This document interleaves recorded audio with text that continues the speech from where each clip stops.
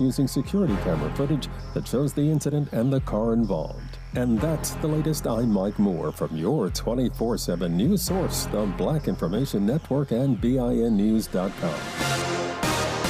Headed through Culver City, it's going to be a collision on that North 405 right around Venice Boulevard. It's made it to the right shoulder, but as far back as LAX, that busy commute from at least Century. Mid-City on the 10 West around Western. Looks like we have a crash in the center divider. Might be a downed motorcyclist there. South LA on the 105 East as you get towards Vermont. It looks like a crash onto the right shoulder from earlier. And Pasadena on the 134 westbound at Colorado Orange. Look out for some plywood that might be in traffic lanes, possibly affecting the off-ramp there.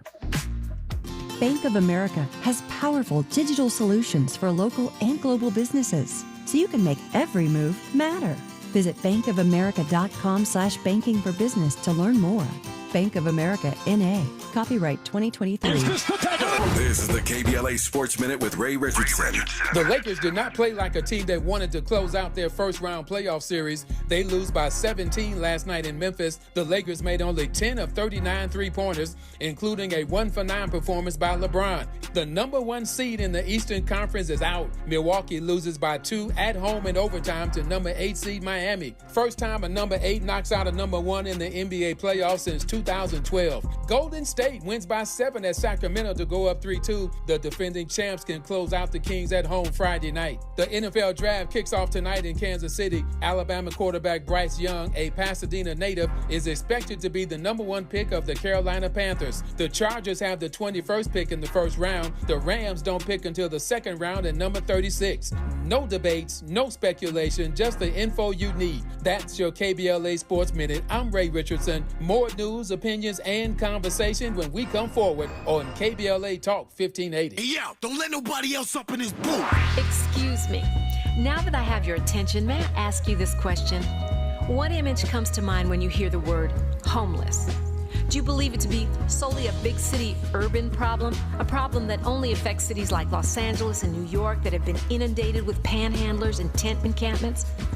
What causes one to become houseless? And what strategies should be implemented to assist in helping people achieve and maintain housing stability? And do you believe having access to affordable housing should be a right in this country? Well, you've come to the right place. You're listening to LA's all-new progressive talk radio station of the people, by the people, for the people. It's KBLA Talk 1580, and we've got you covered around the clock. Racism? We don't hate white people, we hate the oppressors, whether he be white, black, brown, or yellow. We got you. Miseducation? We got you. Gun violence? We have you covered. If you're afraid of socialism, you're afraid of yourself. A black-owned and operated, evidence-based alternative radio station for progressive, open-minded people like you and me. Welcome home, LA. We're all in this together. It's KBLA Talk 1580, broadcasting from the heart of LA's Leimert Park. We've got a lot to talk about. You can't do it unless you believe that you can do it.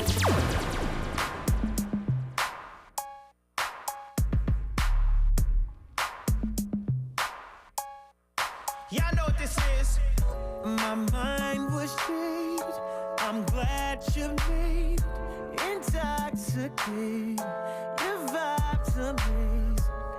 Feel the love in the air, baby, you know. In a rush, you've been at it where the time goes. You gonna have to show me now, 'cause I done had 1 too many drinks. And I know that you feel me the way I've been feeling you. And it's cool that you. I'm Tavis Smiley. This is KBLA Talk 1580. Our phone number 1-800-920-1580, 1-800-920-1580. We have finally made it to the third and final hour of today's program. And in this hour, 2 conversations. On the B side of this hour, the CEO of the Black-owned and operated Lindustry joins us live in studio for a conversation about the success of Lindustry in its mission to provide financial assistance to help level the playing field for small businesses. Look forward to Lindustry CEO Everett Sands joining us live in studio on the backside of this hour. We commenced this final hour today, though, in conversation about the following. A federal grand jury has begun deliberations in the seditious conspiracy trial for members of the Proud Boys for their actions surrounding the January 6th Capitol riot and insurrection, Former U.S. Attorney Barbara McQuaid is back to unpack this case for us and shed some light on it. We've been spending so much time talking about Donald Trump, which we'll do again with Barbara, and his unfolding legal battles. We spent so much time talking about him of late that it seems that people have, not really kept their eye on the ball with regard to this Proud Boys case and trial and the role that they played, of course, in the riot and insurrection of January 6th. And so I thought I would take just a few minutes in this hour to update you on that, to make sure we're on the same page and keeping our eye on that drama. Barbara McQuaid, as always, good to have you back on this program. How are you? Oh, thank you, Tavis. I'm doing very well. Thanks. Great to be with you. I'm delighted to have you on. Let me just remind you that Professor McQuaid, Barbara McQuaid, Attorney McQuaid, served as U.S. Attorney for the Eastern District of Michigan, appointed by then-President Barack Obama. She was the first woman to serve in her position, and once again, glad to have her back on this program. Let me just pass the mic to you and shut up and let you explain what we have not been following, as it were. It's been in the news. But again, it's been overshadowed. I've said every hour of our program today, well, I've not said, our guests have said, I've concurred. For those of us in this business, this has been a very, very busy news week. So much news this week. Tucker Carlson being fired at Fox News, Don Lemon being fired at CNN, President Biden announcing his reelection campaign, the death of the iconic Harry Belafonte. So much going on. That's just a few things. So much going on in this particular week that I feel like most of us have not focused on this particular case because we're all watching Donald Trump's legal challenges. So, Barbara McQuaid, take some time and explain to me what we have not been paying as much attention to, perhaps, as we should. I agree with you. And, I think in some ways this is the new normal. We have so much news going on all the time that sometimes it's hard to keep track of things that are important. Mm-hmm. I think one of the reasons that this case has kind of dropped off the radar screen a little bit is that it's been going on for a very long time. The trial started in January. So it's been a very lengthy period of time. And, the very first few days of trial, it got some coverage, and then it has kind of receded to the back burner a little bit. But now it needs to come to the front burner because the jury is deliberating, and I imagine they will have a verdict sometime soon, maybe this week, maybe next week. But this is a very, very serious case. These men, the Proud Boys, have been charged with the crime of seditious conspiracy, which is defined as using force to oppose the authority of the United States government. So not only did they interfere with the counting of the vote on January 6th, they tried to use force to stop it. It's among the most serious crimes we have in our federal statutes. It's really the only thing a person can be charged with along the lines of treason during peace times. We saw a group of Oath Keepers already convicted. It's another one of these paramilitary groups in two separate trials earlier. But, that doesn't give us any promise that this one will turn out the same way. Every case is based on its own facts and different jury, different lawyers, different arguments. So I don't know how this one will come out, but it's certainly an important case and one that I think everyone has their eyes on, because even though this doesn't really relate specifically directly to Donald Trump, I think a conviction for seditious conspiracy will give the prosecutors looking at the Trump case some confidence that jurors are willing to accept these theories that someone really was so disloyal to the United States and had such audacity as to try to prevent the peaceful transition of presidential power, that can happen, I think is an important message, and that jurors are willing to hold people accountable for that is also an important message. A few questions in that regard then, Barbara. Thank you for that update on what's been happening here that, again, we've not been so focused on. Question number one, broadly speaking, I know you can spend hours doing this, but broadly speaking, what has the evidence in this case shown? What do we know from the evidence in basic?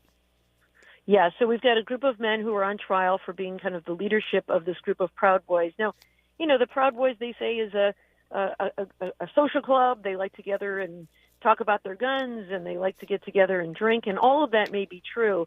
But a particular leader in the group named Enrique Terrio formed another one that he called the Ministry of Defense, and he wanted to have a group that was specially trained to engage in violence, to be able to act as a private army.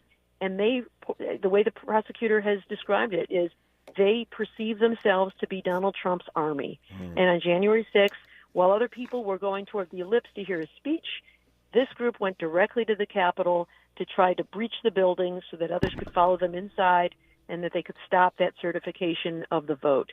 And so that's what this group is specifically being charged with, and the evidence is that they used physical force. One of the men is one that we've seen. There's a clip of him where he seized a police officer's riot shield and used it to break a window and enter the building and allow others to come in behind him. There are videos of one of the men using pepper spray on a police officer. So these are men who are trained for, prepared for, and engaged in combat against those Capitol police officers to get inside the building in an effort to stop that vote from occurring. And in some ways they were successful. I mean, it was delayed because the members of Congress decided to come back long after midnight to cast their votes, but they successfully drove Congress out of the building, which is, really deeply disturbing. And so the evidence to me appears quite strong. They've got text messages talking about, 1776, baby, and we did this in their text messages to each other. Many of them are captured on video showing them engaging in these activities. And so I think the one challenge that the prosecution may have is that the sheer length of the trial, it went on for such a long time, sometimes makes it difficult for a jury to kind of follow a plot. Those long movies that we watch, sure. Like Godfather, like Hours Free, like, is that the same guy from the beginning of the movie? Yeah. So it can be, over what are we at now, month 4, over 4 months, it can be difficult. So that's a prosecutor's challenge, is to bring it all together in closing argument and remind the jurors of all the evidence that they saw and how that supports conviction on the charges in the indictment. So when we come forward here in just a moment, I want to ask Barbara McQuaid 3 questions in this regard. I got other things I want to talk about. Let me just preface it by saying this, or asking this. I assume that there are 3 options here, as there most often are in our system of jurisprudence here. There's an opportunity for a guilty verdict, not guilty. Is there such thing as a hung jury in this case? There is, yeah. So, you have to be, in a criminal case, unanimous, either to convict or to acquit. Right. And so if there's a split, then that would be a hung jury. And even one juror can hang it. Got it. Just want to make sure I was clear on how this works in the grand jury arena. So now we know there's guilty, there's not guilty, there's hung jury. When we come forward, I want to ask Barbara McQuaid what message it will send to the country if it's guilty, if it's not guilty, if it's hung. What message, after this long trial, after all that we've seen, all that we've heard, all the footage, the January 6th subcommittee hearings, and now these Proud Boys on trial, if it's guilty, if it's not guilty, if it's hung jury, what message does either of those, any of those 3, send to the nation? We'll get her answer to that, and then I've got to get her take, since she's here today, on the fact that Donald Trump, of course, has lost his fight, loses his appeal to block his former vice president, Mike Pence, from testifying about their direct communications. You heard Barbara McQuaid say a moment ago that these Proud Boys are trying to stop the certification of the vote. Well, Mike Pence was at the center of that, obviously, in the Senate that day for this certification. And now Donald Trump has lost his fight to stop Mike Pence from testifying before another grand jury. We'll get Barbara McQuaid's thoughts on that as well when we come forward on KBLA Talk 1580. We've got a lot to talk about. Good thing we've got 3 hours. More of Tavis Smiley when we come forward. When you're an innovative business, every blinking cursor, every blank page is an opportunity. What will you do with it? Will you make something better or create something new? Our Dell Technologies advisors provide you with tools and expertise to do incredible things. Because we believe there's an innovator in all of us. For advice on smart PCs powered by Intel V Pro that's built for business, call a Dell Technologies advisor at 877-ASK-DELL. Attorney Joe Cordell. Divorce forces a father to focus on what's most important, his children. You may no longer be a husband, but you'll always be a dad. In the divorce process, this comes down to 3 key concerns: physical custody, decision-making, as well as financial support. Each of these is important, and it's important that you choose a lawyer that cares as much about these issues as you do. 1455 Frazee Road, Suite 1050, San Diego, California, 92108. CordellCordell.com. You like to move it. At the United States Postal Service, we're reinventing our network to help keep your business moving. With new shipping options to deliver better value, greater flexibility to conveniently reach your customers, more confident shipping with new informed delivery features, and new electric vehicles for a cleaner, brighter future. Fast, reliable, perfectly orchestrated. The United States Postal Service, delivering for America. Learn more at USPS.com/moving forward. Here at NerdWallet, we often see people wrestle with financial decisions. Mike is in the ring, up against his nemesis, indecision. Mike can't decide the best way to save his money, and indecision has him boxed in. But wait, Mike tagged in NerdWallet. Whew, let's go. With NerdWallet's side-by-side comparisons, you can find a high-yield savings account with interest rates that earn more bang for your buck. So the next time you wrestle with a financial decision, you'll come out on top. NerdWallet, the smartest decision for all your financial decisions. Welcome back to the quickest podcast ever. Brought to you by Kohl's. Today's topic, Mother's Day. If our moms taught us anything, it's how to find a great deal. So true. That's why I hit up Kohl's Friends and Family Sale. I saved 20% on gifts for my mom, like a pair of PJs. Plus, I got Nike sneakers and her favorite Sephora finds. She's one lucky lady. She deserves the world. Hopefully these gifts are the next best thing. Great gifts and great savings. Your mom will be so proud. Select styles. Offer ends April 30th. Some exclusions apply. See store or kohls.com for details. This is KBLA Talk 1580, where everybody is somebody and nobody is a stranger. You belong here. And we're glad to have you here on KBLA Talk 1580. Our guest in this hour, in this first half hour, Barbara McQuade, former U.S. Attorney appointed by President Barack Obama to serve as U.S. Attorney in the Eastern District of Michigan. A federal grand jury, in case you've just tuned in, has begun deliberations now in the seditious conspiracy trial for members of the Proud Boys for their actions connected to the January 6th Capitol riot and insurrection. And we're getting Barbara McQuade's insights on to what it means and where we are in this process. So the grand jury, as I said, now deliberating. And I want to ask Barbara to her thoughts on the one of three outcomes will be obviously coming forth in the days ahead. They'll either be found guilty, they'll be found not guilty, or there'll be a hung jury. Let me take them one at a time, Barbara. To your mind, what message does it send to the country after all that we've watched and witnessed and endured and waited for if these Proud Boys are found guilty of seditious conspiracy? Well, from my perspective, a guilty verdict would mean that it's not okay for members of the public to try to take the law into their own hands and to engage in violence to try to engineer the result they wanted. When we decide who's president in this country, we do it based on the votes. They get counted, and that's the person who becomes president. And if it's not our favored candidate, then we campaign harder the next time. So I think that's a really important message. If there's a not guilty, yes, not guilty. Yeah, you go ahead. Not guilty, yes. Yeah, so if there's a not guilty verdict, I really worry about what message that sends. And, it really could be for lots of reasons. Just the jury didn't like the evidence, or this particular jury was bothered by what they saw as overreach, or whatever it is. But I think that if they're found not guilty, we will see Donald Trump and his supporters and these paramilitary groups, they like to call themselves militia, which is a real misnomer. These, violent, armed, uniformed men, I think will feel empowered that they can impose their will on the rest of us. So I think it would be a really dangerous thing to see them acquitted. And if there's a hung jury? Yeah, if there's a hung jury, it's a little bit of a split, but that usually inures to the benefit of the defense. The prosecution can bring the case again. It usually takes some time for that. And then in the meantime, the case doesn't get any stronger.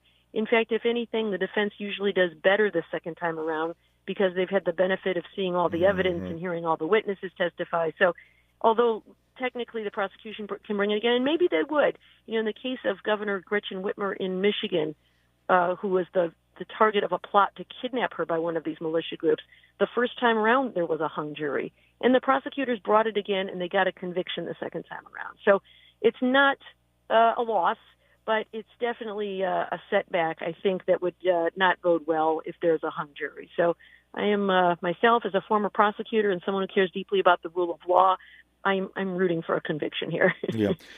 It's pretty scary for me, and I suspect for others in this audience listening right now, it'd be pretty scary for a not guilty verdict to be rendered because if we think that white supremacy is already a problem in this country, that, to your point, would empower them, it would embolden them, and I think we'd see white supremacist behavior on steroids if there's a not guilty verdict, Barbara. Yeah, think back to some of those injustices that we saw in the South with trials of members of the KKK, Mm-hmm. you know, in the 50s and 60s and earlier, where, you know, white men who lynched black men or otherwise engaged in violations of people's civil rights would be found either acquitted at trial or a hung jury at trial, and there'd be no accountability. And so those groups felt like they could act with impunity, that they couldn't be stopped. I think that rendering a justice here, a verdict of guilty, sending them to prison sends a message that this is not okay in America. We don't tolerate this kind of behavior in the year 2023. Yep. Speaking of lynchings, who knew that Barbara would use that word? But speaking of those lynchings down south, in case you didn't hear earlier on our show today, this was breaking news a couple hours ago. Carolyn Bryant Donham, the woman at the center of the Emmett Till killing, is dead at 88. We all know the story of Emmett Till, 14-year-old boy from Chicago visiting his family down south in Mundy, Mississippi, is lynched and murdered.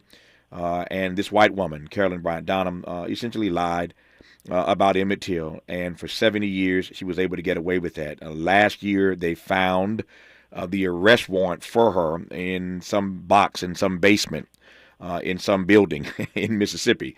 That arrest warrant had never been served. And so there were all kinds of protesters going to the facility where she lived in advanced stage, demanding that she be arrested. I had a guest on last hour, suggested that we would have felt better if she just served one day behind bars, even symbolically, just one day behind bars for her role in advancing a narrative that changed a couple times over the years, but ultimately a narrative that led to the lynching, the murder, the death of Emmett Till at the age of 14.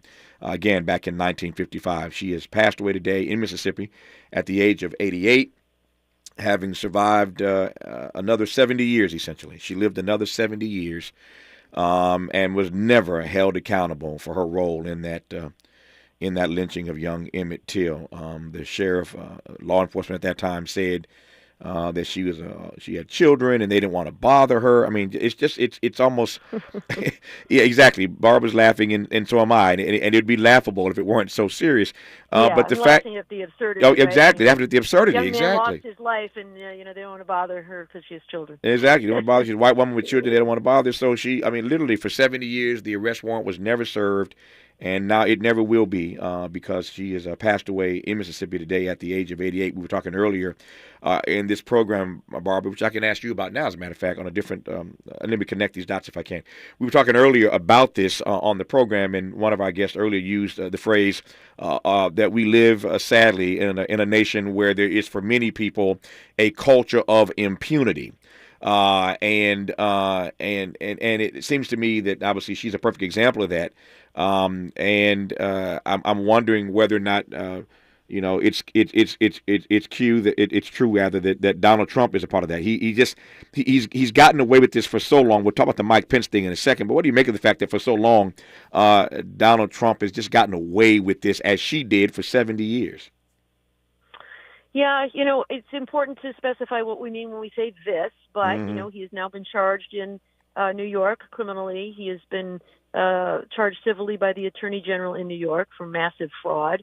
He is on trial for a rape and for defamation, and he may soon find himself charged for classified documents and for this attack on January 6th. So depending on what this is, I am hopeful that there will be accountability for him, because I agree with you that our system only works when it works for everybody and when we all perceive that it works for everybody. The words above our Supreme Court buildings say equal justice under law. And for too long, for all of our history, really, that system has come up short. And so for those who have money, for those who are in the majority race, the majority religion, the majority gender, they have the power. And so we have seen those systems applied in unequal fashion. And so, we'll never be perfect, but I think we need to constantly be working to move toward a more perfect union and toward that aspiration of equal justice under law, and some accountability for these wrongdoers, no matter how powerful they are, I think can get us a little bit closer. Yeah, well, she got away with it. Carolyn Bryant got away with it for 70 years. The Proud Boys We will find out in the very near future whether or not they get away with what they did on January the 6th, as this grand jury, this federal grand jury, has now begun deliberations in the seditious conspiracy trial of the Proud Boys for their actions connected to the January 6th insurrection. We'll see if they get away with it, and we will see, as Barbara said, or intimated in the days and months ahead, maybe even years ahead, whether or not Donald Trump gets away with it. But for the moment, at least, he has not gotten away with this. He has tried mightily to block and to stop his Vice President, Mike Pence, from testifying in this special counsel's investigation. This latest order from the D.C. Circuit Court of Appeals likely will usher in, Pence's grand jury testimony sooner rather than later. This is an unprecedented development, Barbara, in modern presidential history. What do you make of this story that Mike Pence will now be testifying about his communications on that day that the Proud Boys were doing their thing with Donald Trump? Yeah, under the law, this is absolutely the right result. We've had it resolved since the U.S. versus Nixon case that in the case of a grand jury investigation, that supersedes any interest in executive privilege. So it's the right answer legally. The only reason we've had any legal question about it is because Donald Trump has at every step of the way worked to delay. He may even appeal to the U.S. Supreme Court for further delay. But eventually the answer is going to come back. Mike Pence is going to have to testify. And I think it's a critically important step for the prosecutor to take in his investigation about the January 6th events, because Mike Pence was alone in a room with Donald Trump, and they said things. So you have to talk to him. Even if he doesn't tell you anything new, you have to lock him into his story so that a year from now, when the case goes to trial, you don't have Mike Pence coming in and testifying about some grand defense we've never heard of before and say, well, no one ever asked me about this before. So you have to get him under oath. You have to get him there in the grand jury. Maybe you find out some new facts you didn't know before that are either exonerating or incriminating against Trump, but no matter what they are, you just have to hear from him. And I will also say this, Tavis, I think this is probably about the last step you need to do in an investigation of Donald Trump. Typically, you work your way up the pyramid from the very broad to the tip of the pyramid, and there's no one closer to Donald Trump than his vice president. And so I think that maybe Mark Meadows, who is also in this boat of resolving issues of executive privilege, because you want to have as much information as you can before you interview or question those people in the grand jury. So I think those are the last two pieces. And once those two are done, they will be ready to make a charging decision in short order. So I'm hopeful that we see that, in the same time frame as the Fani Willis indictment. Yep. And we know that Mark Meadows, of course, was the chief of staff at the White House at the time. And that's the name that Barbara McQuaid invoked a moment ago. I think this is my exit question with just a little less than 2 minutes to go. Your name came a great deal more into our consciousness a couple of years ago when you wrote this. I don't even know what the right word is to call it, but you wrote this piece. I'll call it a piece. You wrote this piece about the way in which you saw that Donald Trump, in fact, could be held accountable. Again, in just a little less than 2 minutes, based on what you wrote then, but you can tee up once again if you so choose. Based on what you wrote then, how do you see things turning out now? I think the case is even stronger now. I wrote that before we even saw the evidence of the January 6th committee, but it's really a simple theory. It's not about the incitement that happened on the ellipse, which brings with it some First Amendment concerns. It's really a crime of conspiracy to defraud the United States. That is, lying about the fraud in the election for the purpose of interfering with the functioning of government, the peaceful transfer of presidential power. I think that theory still stands, and I think it's even stronger based on all the evidence that we've seen. So I'm hopeful that the prosecutor will see it the same way and file an indictment against Donald Trump sometime this summer. Robert McQuaid is not just brilliant, she may be prophetic and prescient all at the same time because this piece that she wrote a while back, everybody was talking about it. That's the first time we had her on this program to unpack the piece that she had written. And it turns out that all these pieces are slowly starting to fall in place in the way that she predicted it perhaps should go. And you hear her say now maybe the prosecutor will see it the same way she did, and we will start to see some justice in this case, and Donald Trump will not be like Carolyn Bryant getting away with it for 70 years, and we'll see what happens with the Proud Boys in the days ahead. But now you're updated on that particular case as the grand jury, again, is in the midst of deliberations in the seditious conspiracy trial for members of the Proud Boys for their actions surrounding the January 6th Capitol riot and insurrection. Barbara, thanks for the update. We'll do it again somewhere down the road. Appreciate you. Have a great rest of the day. Okay, thanks. You too. Appreciate you. When we come forward, the CEO of Lindustry on KBLA Talk 1580. KBLA Talk 1580 is an intervention. When we come forward, includes you. KBLA Talk 1580, turning pain into power. I'm Mike Island, and here's the latest from the Black Information Network. The parents of the gunman who committed the Louisville, Kentucky mass shooting say their son was taking medication and seeing 2 mental health professionals. Todd and Lisa Sturgeon said on the Today Show their son never should have been allowed to buy a gun.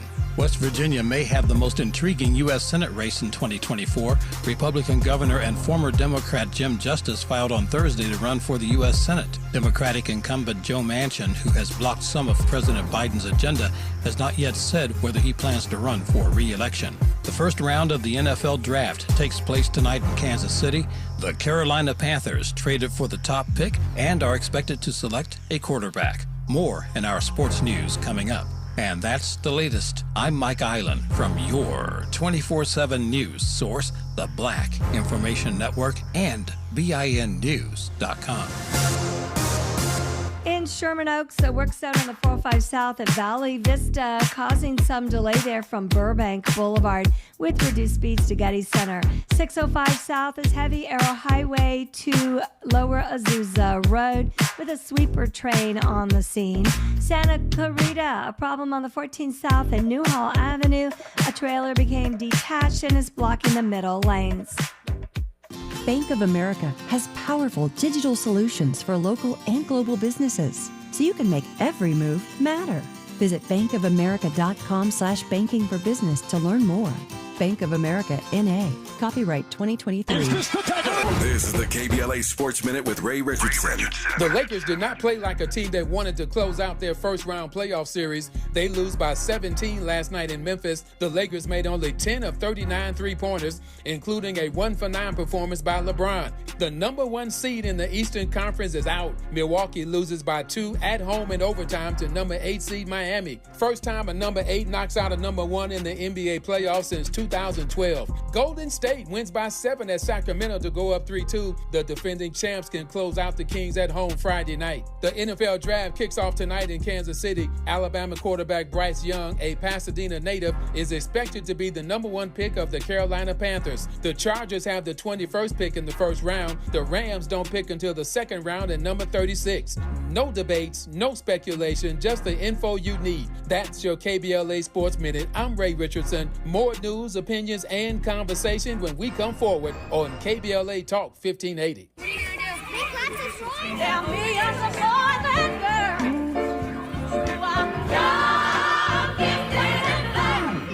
I'm young, gifted, and black. At KBLA Talk 1580, we do more than just talk. Hey there, I'm Jared Hill, president of the National Association of Black Journalists of Los Angeles, and I just want to say thank you for the benevolent $10,000 donation and scholarships for the next generation of black journalists. And I'm Haywood Galbraith, photojournalist and founder of the Minority Photojournalism Institute. Thanks, KBLA, for your generous $10,000 scholarship gift to help us train the next generation of black photojournalists. Congratulations to all the students who will benefit from the scholarship dollars raised at our Black History Month luncheon, honoring black legends in LA media. When we come forward at KBLA Talk 1580, we're bringing everybody with us. Everybody with us. Everybody with us. Everybody with us. Everybody with us.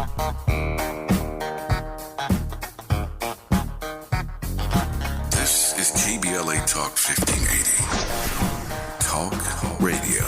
That's music to your ears. We're unapologetically progressive. KBLA Talk 1580. Discover credit cards automatically double all the cash back you earn at the end of your first year, which means... Wait, hold up. Question for the audio engineer. Go ahead. Did I read that right? Discover automatically doubles all your cash back? Yeah, that's what the script says. So if I get a Discover card right now, I can earn twice the cash back. Apparently. Wait! Unlimited first-year cash back match, only from Discover. See terms and learn more at discover.com/match. Let's be real. Mopping is a hassle. You have to fill the bucket, pushing a wet, heavy mop around, Then cleaning the mop when you're done so it doesn't grow bacteria. A hassle on top of a hassle. Try Swiffer WetJet. With Swiffer WetJet, you start with a fresh pad and cleaning solution every time. And when you're done, you just toss the pad. Swiffer WetJet, the faster, easier, cleaner way to clean your floors. Gotta stay fresh, my house shot with a rest bar, Have you visited us online for the grand opening of KBLA.store? For the best in new merch, gift ideas, books, media, and more, log on to KBLA.store. Be sure to check out our KBLA team favorites at KBLA.store today. That's KBLA.store for all the official merch on your favorite talk radio station, KBLA Talk 1580. The bounce is back. Broadcasting live from Leimert Park, USA. Welcome back to your home for unapologetically progressive radio, KBLA Talk 1580. I'm Tavis Smiley. We're glad to have you with us in this last half hour of our program today. This is our final half hour of live programming this week. Tomorrow is Friday, so tomorrow you'll get the best of Tavis Smiley on KBLA Talk 1580. We were just talking, as a matter of fact, during that break about the 3 hours we're going to bring you tomorrow. One of my friends calls it the Friday mashup. So we'll pull 3 great hours from this week, and you'll hear those tomorrow. And I think we have a pretty good idea of what you're going to hear tomorrow. So tomorrow, the best of. But today, in this final half hour, I'm pleased to have in studio the CEO of Lindustry, Everett Sands. Everett Sands, how are you today, sir? I'm good, man. Can't complain. It's Southern California, right? Yeah, exactly. Well, I guess we could complain, but we'd as I say all the time, if I complained, I'd be an ingrate. And if we complain, they'd be looking at us with a side eye, because we are fortunate to live in Southern California. So it's great to have you in studio. Let me just start broadly. Talk to me about Lindustry. Yeah, so created in 2015. The desire was to just help provide capital or access to capital to underserved, undercapitalized communities, but in a bit of a different way. I mean, a lot of times in our community, we don't talk about scale. And so we already had a significant amount of community-based organizations that were doing good, especially inside of kind of their local neighborhoods and things like that. But I wanted to create something where there was more scale, that we could effectively leverage like what might be going on in DC to use in LA, or what's going on in Dallas to use in Chicago. You know, just starting to think about that and starting to think about how we kind of make those synergies, I guess, just take it to the next level. Mm-hmm. I mean, you say scale. For those who aren't familiar with that term, in this particular context, you mean by that exactly? Yeah, so we're on our way to deploying about $10 billion in capital, $9 billion. I think we're 9.4 or somewhere in that range. We've funded about 620,000 small businesses, so that makes us the largest Black-led deployer of capital in the U.S. Mm-hmm. Mm-hmm. That's you say those numbers, they just kind of roll off your lips with ease. Yeah. But I want to just back up again. Yeah. I want to, as we say, back that thing up, right? Because those numbers are huge, Everett, and they are significant. So Lindustry has funded how many businesses? We're right around 620,000. 620,000 businesses you all have funded. Yep. And the number is what now? The revenue number? The total funded number is right around $9.4 billion. Good Lord. When I see numbers like that, and let me just call a spade. Yeah, sure. We can be honest here. Yeah. We're in a black space, and I'm talking to a black man about his black-owned business. Right. And so let's just keep it real here. When I hear numbers like that, and I wanted to again repeat those numbers so that the audience would really feel the impact. Oftentimes you hear, Lindustry infomercials, promos, commercials on this station, whatever you want to call them, and we're thankful. First of all, let me just say this publicly, that we are thankful to Lindustry for supporting this station. Sure, absolutely. With your advertising dollars. Sure. I am grateful to you for that. Don't even get me started on the difficulty that you know where I'm going, right? Yeah, I know. Right. Don't get me been there, done that. Been there, done that. Still doing it. Yeah. Don't get me started on the difficulty that one runs into when one is a black-owned and operated business. Sometimes the most difficult battles you fight are getting other black folk to support you. Sure. And in some ways, that ain't really my testimony. We're doing well here, almost 2 years in, and we're thriving, and I thank God for that. On the one hand, on the other hand, it'd be a lot easier. The lift would be, the load would be a lot less if other persons who are black supported black institutions. And so that's another conversation for another time. Yeah. I only raise that because I want to publicly acknowledge how grateful we are for the support of Lindustry. And this audience listening right now hears your stuff all the time on the station. So thank you for supporting this black-owned business, Sure. number one. Number two, when I hear those numbers, 620,000 small businesses funded, $9.4 billion in funding, those numbers are huge to me. And the part that I wrestle with is why it is that we can't get majority institutions to do the same. Yeah. I'm not going to call the names, but I know good and well because I know them. Yeah. If I called in any number of other institutions in the studio right now and asked them to give me their numbers, they could not tell me they have funded 620,000 small businesses. That's right. Much less anywhere near $9.4 billion. I'm not naive in asking this question, but why do you seem to care? Why are you so effective in this space where others who have a lot more money than you, quite frankly, fear to tread? Yeah, I'll give you the personal reason first, and I'll give you the business reason. Sure. Personal reason, grew up in Washington, D.C., grandfather, well, almost everybody in my family are entrepreneurs, mother, father, cousins, etc. But my grandfather was one of the first, he's African American that owned a tailoring shop. And back in the 1930s, urban legend is he's one of the first tailoring shops. And if you know the history, as I'm sure you do, tailoring shops is kind of like the modern day barbershop, right? It's the tailoring shop and the barbershop where the community places outside of church. And so he ended up having multiple locations, 5 different locations in D.C. U Street? He had U Street. And my cousin is actually on T Street right now. Okay, so, got it. I mean, they have the stories of Martin Luther King coming into DC and he could only go to Ben's Chili Bowl and a couple other places. And my grandfather's location was apparently one of those places. Again, wasn't there, but those are the stories and those are the pictures. So the pictures came from somewhere. Yeah.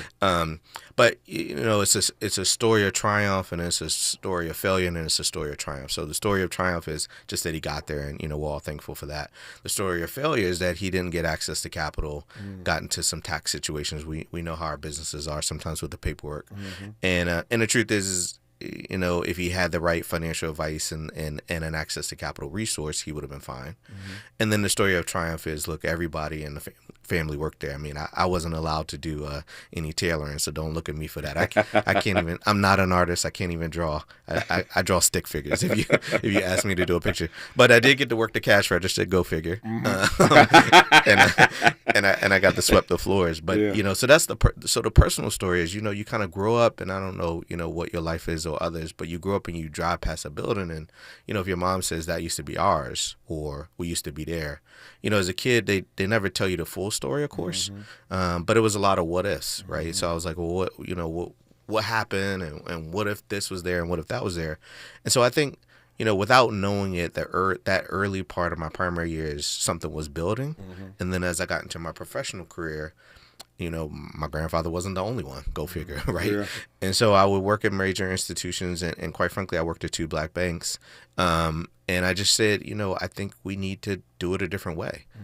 And then, fast forward professionally, I've looked at it in kind of 3 parts. One is product.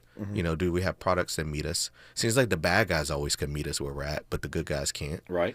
The other is process, right? Because I think sometimes we need to look and say, how does the loan process work, and does it work for us? And then the other one is policy, right? You have people that are trailblazers like a Chairwoman Waters and some of the others out here, but is everybody fulfilling their part? And so what I wanted to do was I wanted to be in the room to say, look, we can manage billions of dollars, and hopefully one day that'll be trillions. And I also wanted to be somebody that said you could do thousands of deals. You don't have to do 500 or 100. You can if that's your space and that's your safe space and that's where you want to be. But why don't we do 10,000? Why don't we do 100,000? Why don't we do why don't we do 1 million? Like what's stopping us? Especially when you think about things like technology and stuff today, right? If I were to say something like, AT&T does 1 million phone calls, everybody like, yeah, got it. Apple sells 1 million phones, yeah, got it. Lending to the minority community, what? Huh? What do you mean? So I mean, I just think at some point it's just got to be part of our regular consciousness. So that's what we're trying to do. I want to repeat these numbers once again because they are stunning. 620,000 small businesses funded. to the tune of $9.4 billion done by this company called Lindustry. Love the name. I want to come back to it in a second. Yeah. Lindustry, its CEO, Everett Sands, is in studio live with us right now. When we come forward, I want to talk about the name Lindustry. I want to talk about access to capital, resources that black people and others still lack all these years later. Never mind the great work that Lindustry is doing and why that is. And I ain't naive about that, but I want to get your take on it. And I want to probe this notion of a different way of doing things. He said a moment ago he wanted to do it a different way. What does that different way mean? I see the results, but what is it about the difference that's making the difference? He's the CEO of Lindustry. He's Everett Sands. He's on KBLA Talk 1580. Be sure to like and follow Tavis Smiley at The Real Tavis Smiley and get Twitter updates at Tavis Smiley. The conversation continues when we come forward.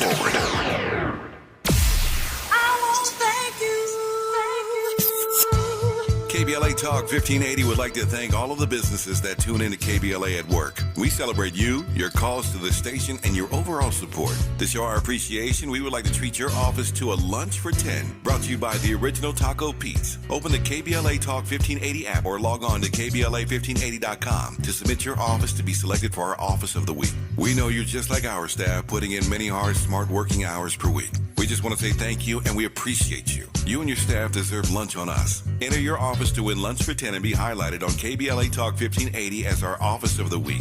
Open the KBLA app or log on to KBLA 1580 to enter your office today to become the KBLA Talk 1580 Office of the Week, sponsored by the Original Taco Pete's, a black-owned restaurant. Become the KBLA Talk 1580 Office of the Week. This has been a KBLA Talk 1580 community call to action. I know it's gonna happen.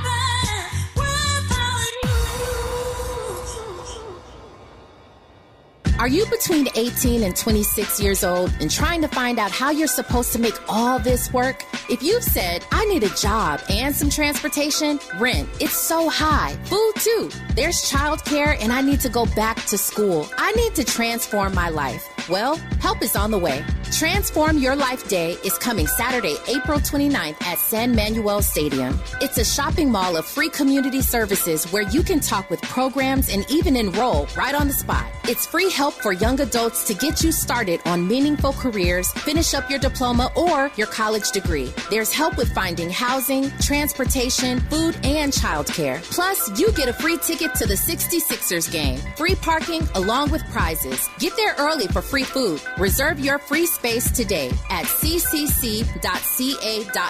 That's ccc.ca.gov. ccc.ca.gov. KBLA Talk 1580 congratulates U.S. Olympic gold medalist and Hall of Famer Jeanette Bolden Pickens, owner of the 27th Street Bakery. 27th Street Bakery sends a huge thank you to the community for all its support during the pandemic, serving the Los Angeles community with their signature sweet potato pie since 1956 and third-generation baker. The goal has never changed. Keep the business thriving for generations to come. Made with the freshest ingredients and each yam peeled by hand. 27th Street Bakery puts the home back in homemade with its signature vanilla added to all its amazing products, pies, cakes, cobblers, tea cakes, and the newest item, creamy sweet potato cheesecake. Call 323-233-3469. That's 323-233-3469. Have your order shipped by visiting 27thstreetbakery.com or stop by 2700 South Central Avenue, Los Angeles, California, 90001, Tuesdays through Saturdays, 8 to 4. Conversations that matter. You're listening to Tavis Smiley on KBLA Talk 1580. You're listening to Everett Sands, who's the CEO of Lindustry on KBLA Talk 1580. Watching my time, which is getting away from us here. A few things I want to cover between now and the top of the hour. Let me start with this. Number one, again, not naive in asking this, but why is it that black people, small businesses, still in 2023 lack access to capital if you can do 620,000 deals? Yeah, I think it comes down to really understanding the different programs and products that are out there, right? Mm-hmm. And one of the things that we focused on at Lindustry is we needed to sit at the table with help with some of the product design. So let me give you an example of that. Each state got money from the CARES Act, all the large counties, and quite frankly, most of the large cities. And the question when that money went out was, okay, here's a big pot of money, and now this big pot of money is going to go out, and who's going to design the rules? And so one rule that affects us is first come, first serve. So every program that we got an opportunity to add our voice to, we said no, first come, first serve. Now, on one hand, you have, okay, that means you have a round, where all the businesses get to come in and maybe it'd be about 3 weeks and no grants get issued. And that's a little frustrating. There's no doubt about that. But what we do know is that our businesses take a little bit longer to get the paperwork done. That's just what we see. But the truth is just basic small business. To go and do your paperwork, you got to decide, should I close my business to do this grant paperwork that I might not get? Or do I do it on the weekends or at night? And so we wanted to make sure like we started to give us an opportunity where we wouldn't have to think about the closing our business standpoint. You could do it at night. That's fine. You could do it on your weekends. But you shouldn't have to close your business. So just little things like that. Anyway, I say all that to say we started to sit there and become deployers of capital. And so one of the things I want the businesses to start looking at is I want them to follow the money better. Because there's still a bunch of states that have all this money, and counties and cities. It's called the American Rescue Plan. You'll hear it called ARPA. It gets confused with obviously, the regular ARPA. But I want us to be aware of the grants as much as I want us to be aware of the loans. And then I think the other thing is we got to have more deployers of capital. And so if the deployers of capital don't look like us, they're not going to understand us. Right. And I think that's both exciting and shocking. Like we're the only what's called SBLC, SBA lender. There's 14 non-bank SBA lenders in the whole country. We're the first time a black one's ever been approved, ever in the history of SBA, which is kind of crazy. And on one hand, we're really excited that we broke that glass ceiling. On the other hand, we know it shouldn't just be us, right? There's got to be a bunch of them if we really want to do what we want to do in our communities in terms of access to capital. Nope. So I hear that difference. That's making the difference. Are you concerned at all about the recession that they say is coming, which I think we're probably already in? They don't want to say it yet, but are you concerned about a recession? I'm not concerned about it, but what I would encourage the users is the listener, is to understand like why I'm not concerned.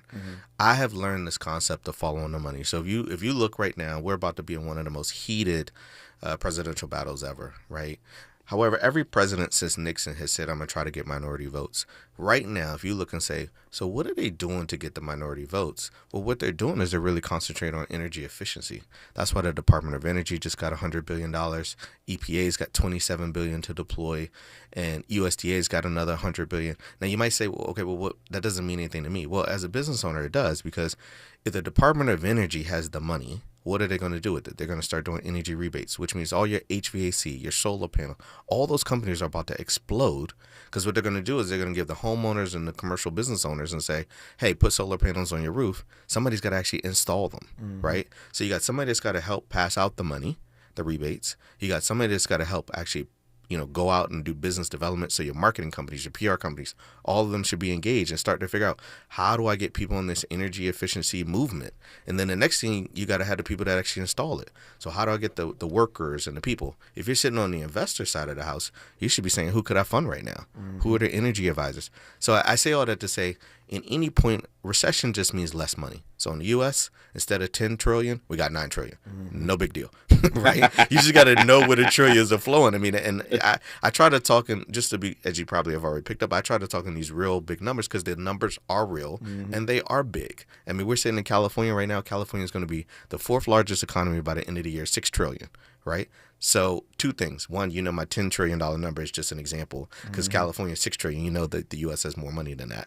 And then 2, it's a lot of money. Let's go get it, right? I mean, we would talk about basketball. Yeah. Everybody be like, okay, we good. Exactly. Get the bag. Right. Let's go. When we come forward in our remaining moments with Everett Sands, not enough time in this half hour, I want to ask him about that name. When I first heard the name, this is a while ago, I first heard the name Lindustry. I just love that name, Lindustry. Yeah. I want to ask him where that name came from, number one. And number 2, I'll tell you in a moment. You're listening to Everett Sands, the CEO of Lindustry, right now on KBLA Talk 1580.